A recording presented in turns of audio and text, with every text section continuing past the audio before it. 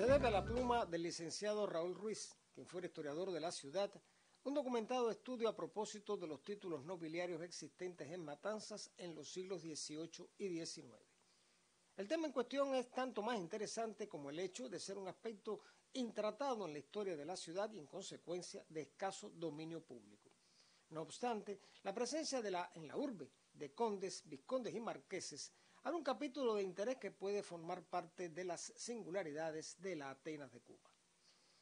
Entre los primeros habitantes de Matanzas, individuos llegados de Canarias, para el expreso fin del poblamiento inicial, no hubo, que se conozca, personas distinguidas con títulos de nobleza. Se trataba de personas de escaso caudal, sin otra posesión de tierra que aquella que le fue otorgada para su beneficio, y por otra parte carentes de otros recursos en materia de economía que les permitieran siquiera aspirar a tener un futuro, un rango nobiliario, toda vez que el otorgamiento de tal condición debía venir calzada por la aprobación real, más con una considerable suma a pagar como impuesto especial por derecho de expedición titular.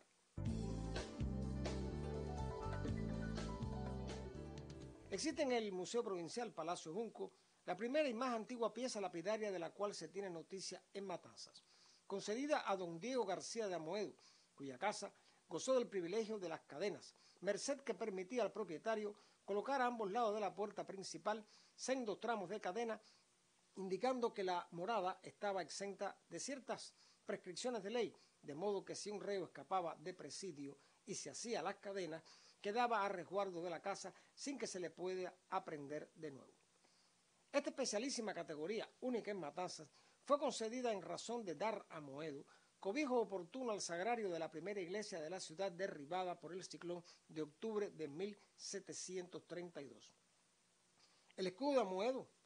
es lo suficientemente complejo para que se le pueda describir en detalle sin abusar de la terminología heráldica, sobre todo por faltar los colores, elemento esencial en la composición de un escudo o blasón. No obstante, se destaca la presencia de una bordura de cadena situada en el cantón siniestro de la punta, figura que parece añadida luego que el diseño original fuera hecho. La añadidura de figuras o cuarteles a un escudo se debía al hecho de conceder determinados honores o ser utilizado el blasón por algún descendiente del titular de origen. En el caso de Amoedo, cabe suponer que la profusión de elementos se refiera a distintos hechos por los cuales fuera honrada la familia.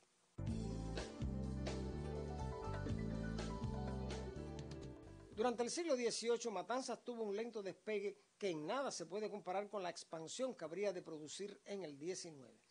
De esta época datan dos títulos, los de Conde de Jibacoa y los de Justice de Santa Ana. Estos títulos estaban en relación con la posición económica de los interesados, propietarios de tierras vecinas a la ciudad y asociados a la producción de tabaco rapé.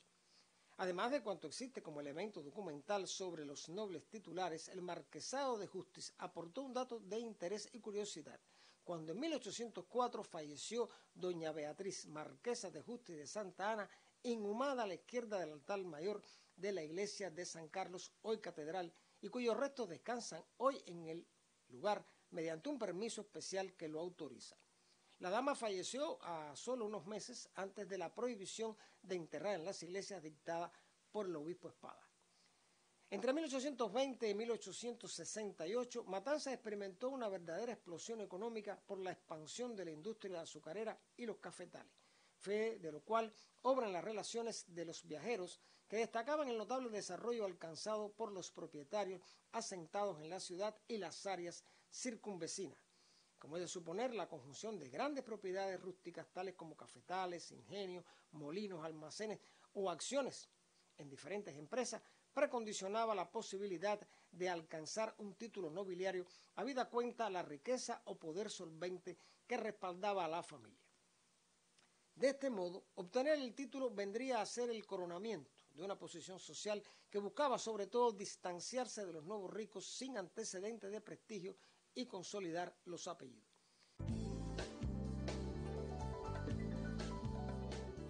En materia de apellidos cabe señalar un detalle que explica el excesivo número de estos acompañando al nombre de pila, asunto que hoy llama la atención por ser inusual en la actualidad.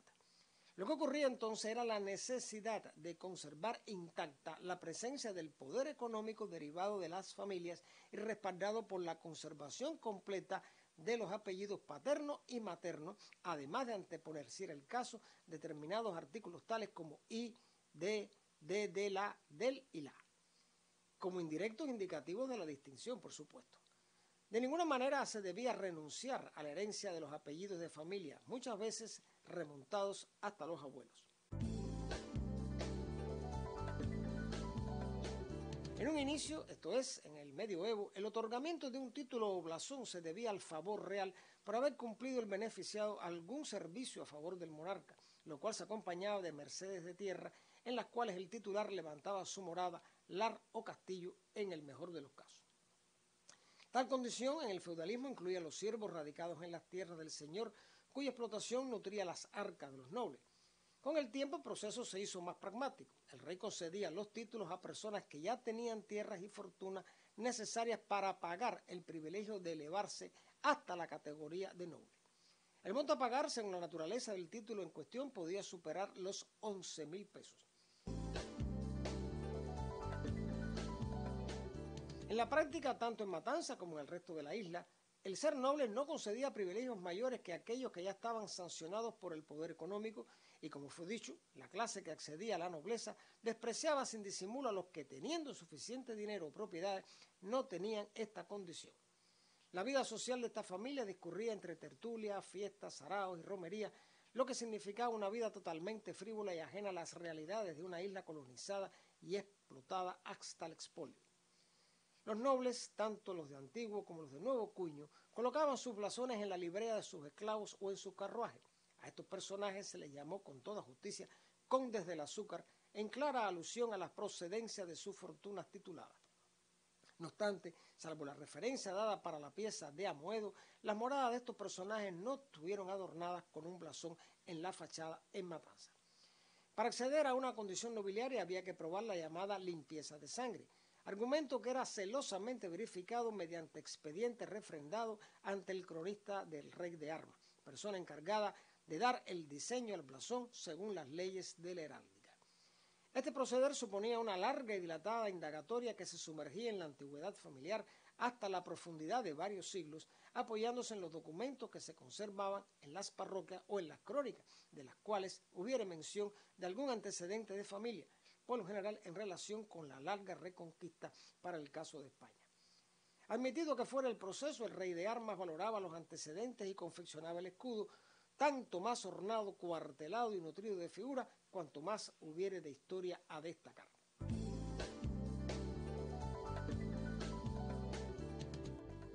En la relación de títulos nobiliarios de la ciudad se recogen los condes de Yumurí, de Canímar, de Madán y Diana, los marqueses de Montelo y de Santa Rita y Bellamar y los vizcondes de Canet del Mar.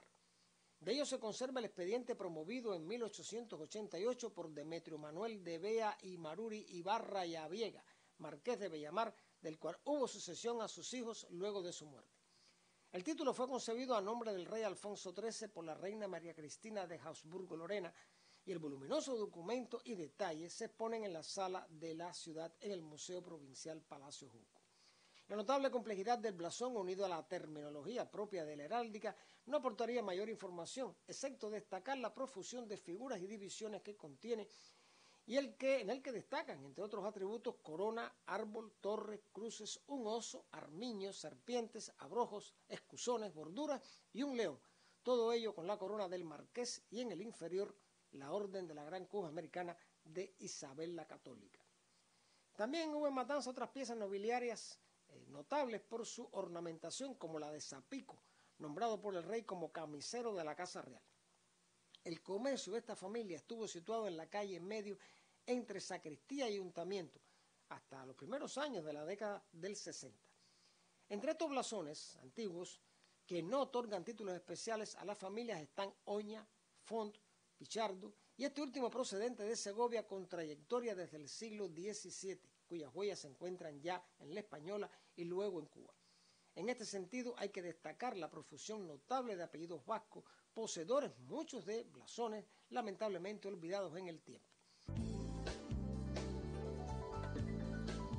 El advenimiento de la República no eliminó los títulos de nobleza de muchas de las familias cubanas que los detentaban, aun cuando carecieran de privilegios especiales, salvo el hecho de ser personas con gran poder económico. como sacarócratas, terratenientes o empresarios. En el marco de la Constitución republicana no estaba recogido ningún inciso que particularizaba los rangos coloniales. No obstante, los nuevos ricos de la etapa se dieron en buscar antecedentes y orígenes que destacaran el lustre de sus apellidos en la intención de insertarse, aunque fuera a destiempo, en el ámbito social de aquella nobleza decadente cuyo único reducto de poder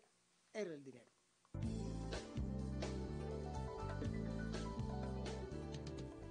Los invito y los convoco para un nuevo encuentro con la historia y el recuerdo, porque la memoria